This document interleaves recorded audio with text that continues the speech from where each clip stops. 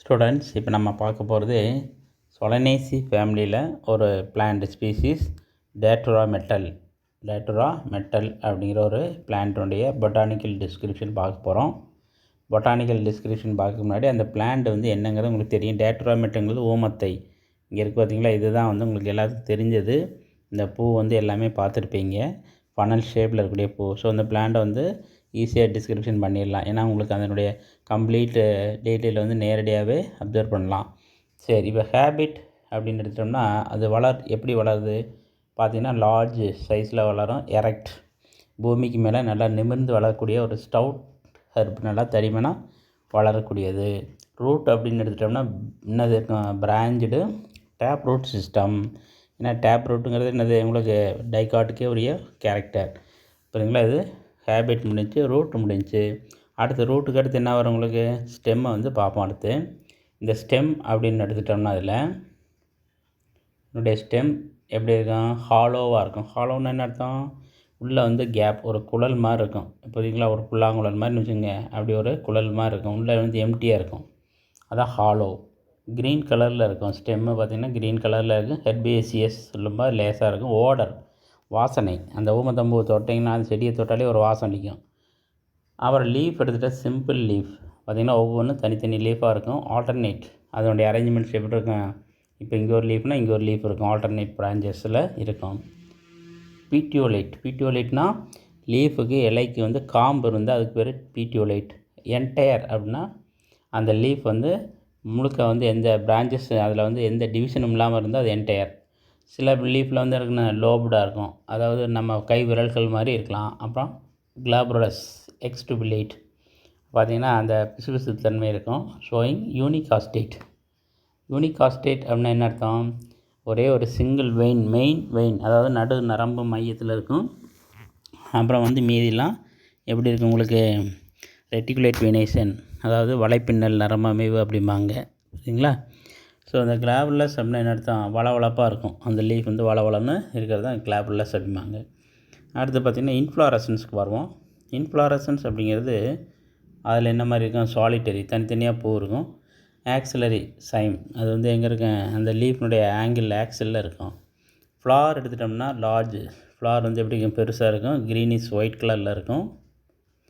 அப்புறம் வந்து பார்த்திங்கன்னா பிராக்டியேட், இப்போ பாருங்க பிராக்ட் இருக்கும். பிராக்டியூலேட்னா பிராக்டியூல் வந்து ஆப்சென்ட். அப்புறம் பெடிசிலேட்னா என்னது, பெடிசில்னா என்னது, பூவுக்கு வந்து காம்பு இருந்தால் அதுக்கு பேர் பெடிசில். கம்ப்ளீட் ஃப்ளார்னு என்ன அர்த்தம், கேலிக்ஸ், கொரல்லா, ஆண்ட்ரீசியம், கைனீசியம், ஃப்ளோரல் பார்ட்ஸ் எல்லாமே இருந்தால் அது கம்ப்ளீட் ஃப்ளார்.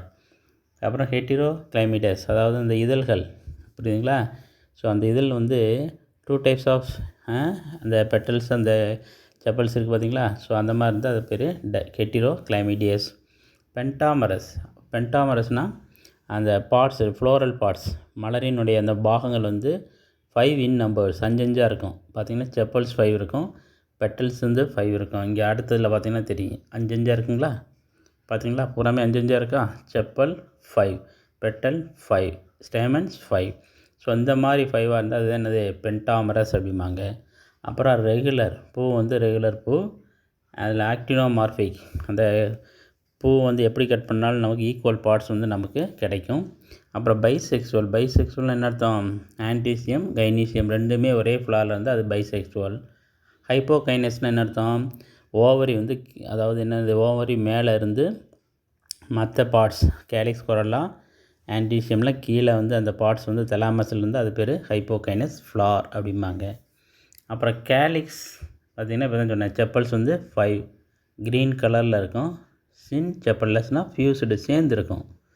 புரியுங்களா? ஷோயிங் வேல்வேட் ஈஸ்டுவேஷன்னா ஒவ்வொரு அந்த யூனிட், அதாவது செப்பலினுடைய மார்ஜின் இன்னொரு மார்ஜினோட டச் ஆகிருக்கும். அப்புறம் கேலிக்ஸ் இஸ் மோஸ்ட்லி பெர்சிஸ்டன்ட்னா என்ன அர்த்தம், அந்த ஃப்ளார் வந்து ஃபெர்டிலைசேஷன் நடந்த முன்னாடி, ஃப்ரூட் ஆன முன்னாடியும் அந்த ஃப்ரூட்டில் வந்து அந்த கேலிக்ஸ் வந்து என்ன இருக்குமா, ஃபிக்ஸ்டு, ஒட்டிகிட்டே இருக்கும். புரியுதுங்களா? நீங்கள் ஒன்றும் இல்லை, கத்திரிக்காயை பார்த்தீங்கன்னா தெரியும். அதேமாதிரி இப்போ நம்ம பார்க்குறது என்னது, ஊமத்தங்காய் பார்த்துருக்கீங்கள, அதில் வந்து பார்த்திங்கன்னா அந்த கேலிக்ஸ் வந்து அவுட்டரில் இருந்துக்கிட்டே இருக்கும். புரியுதுங்களா? இப்போ உங்களுக்கு அதை நான் காமிக்கிறேன். Odd sepal is posterior in position. அதில் வந்து பார்த்திங்கன்னா ஒரே ஒரு செப்பல் வந்து பார்த்திங்கன்னா என்ன இருக்கும் உங்களுக்கு, இங்கே உங்களுக்கு இருக்கிறது அந்த இதில் பார்த்திங்கன்னா ஒரே ஒரு செப்பல் வந்து பார்த்திங்கன்னா தனித்த புள்ளி, அதாவது சென்டர் நோக்கி இருக்கும்.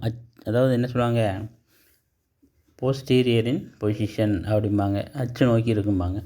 அடுத்து பெட்டல்ஸ் கொரலா 5, அது க்ரீன் இஸ் ஒயிட்டில் லைட்டாக க்ரீன் கலர் இருக்கும். சிம் பெட்டலில் சேர்ந்துருக்கும். பிளிகேட் அது விசிறி மாதிரி இருக்கும். நம்ம விசிறோம் பார்த்திங்களா, விசிறி வச்சுருக்கோம் பார்த்திங்களா வீட்டில், எப்படி நம்ம அந்த பேப்பரை ஃபோல்டு பண்ணி விசிறியாக யூஸ் பண்ணுறோம் பார்த்திங்களா, அதே மாதிரி.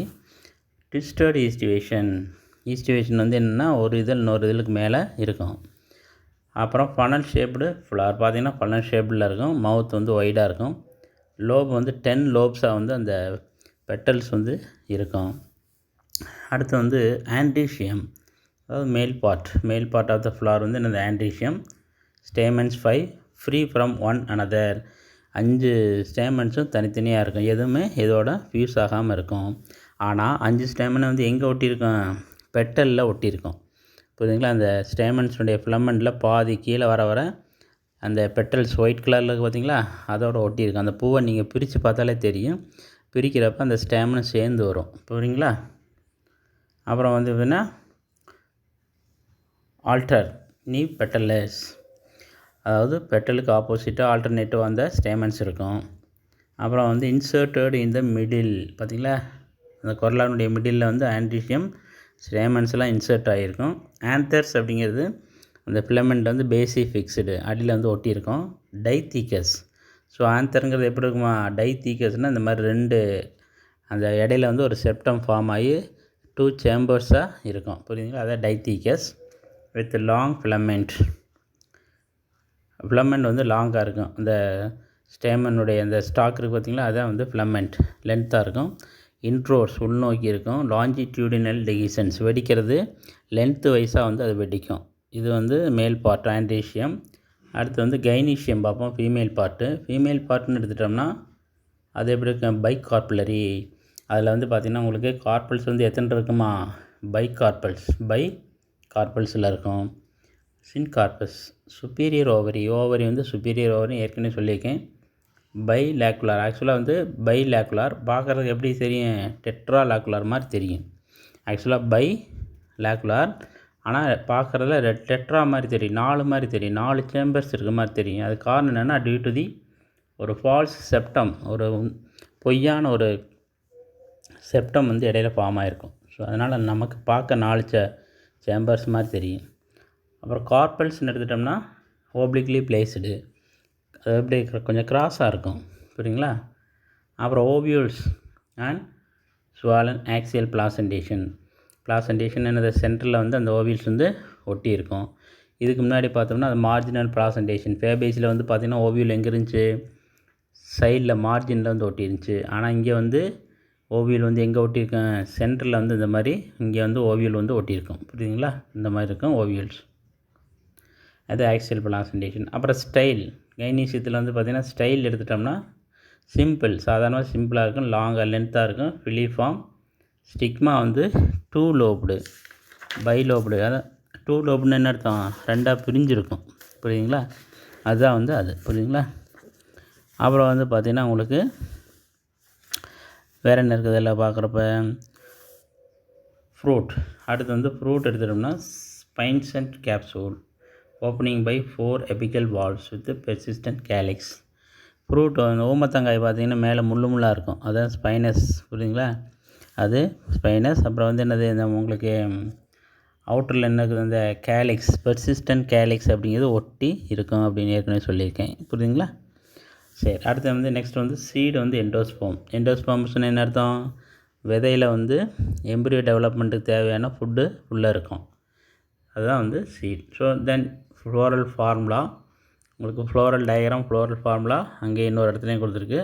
அந்த பிக்சரை வந்து மறுபடியும் ஒரு எகைன் காட்டிட்டு உங்களுக்கு சொல்லிடுறேன் பாருங்கள்.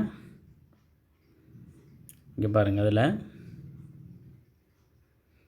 இதில் பார்த்தாலே தெரியும் உங்களுக்கு என்னென்ன சொல்லியிருக்கேன்.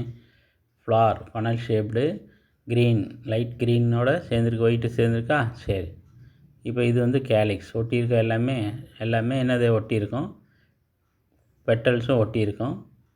அப்புறம் வந்து அந்த பெட்டல் எடுத்து பார்க்குறப்ப பாருங்கள், பெட்டலோட அந்த ஸ்டேமன்ஸ் என்ன இருக்குமா ஒட்டி இருக்கும், அதை எபிபெட்டலஸ் அப்படிம்பாங்க. அதேமாரி ஃப்ரூட்டை பாருங்கள், ஃப்ரூட் வந்து ஸ்பைனி, அது என்ன வெளியில் வந்து பார்த்திங்கன்னா அப்படி முள்ளாக இருக்குது பார்த்திங்களா, ஒரு ஸ்பைனி அவுட் க்ரோத் இருக்கும். அப்புறம் இந்த க்ரீன் கலரில் இருக்குது கேலிக்ஸ். அந்த ஃப்ரூட்டு கடைசி வரைக்கும் ஃப்ரூட்டாகவே கூடவே வருமா அந்த கேலிக்ஸ். சரி, இப்போ கார்பல்ஸ் பார்க்குறப்ப இங்கே எத்தனை சேம்பர்ஸ் தெரியுது? மொத்தம் 4 சேம்பர்ஸ் தெரிகிற மாதிரி தெரியும். ஆக்சுவலாக அது 4 கிடையாது, 2 தான்.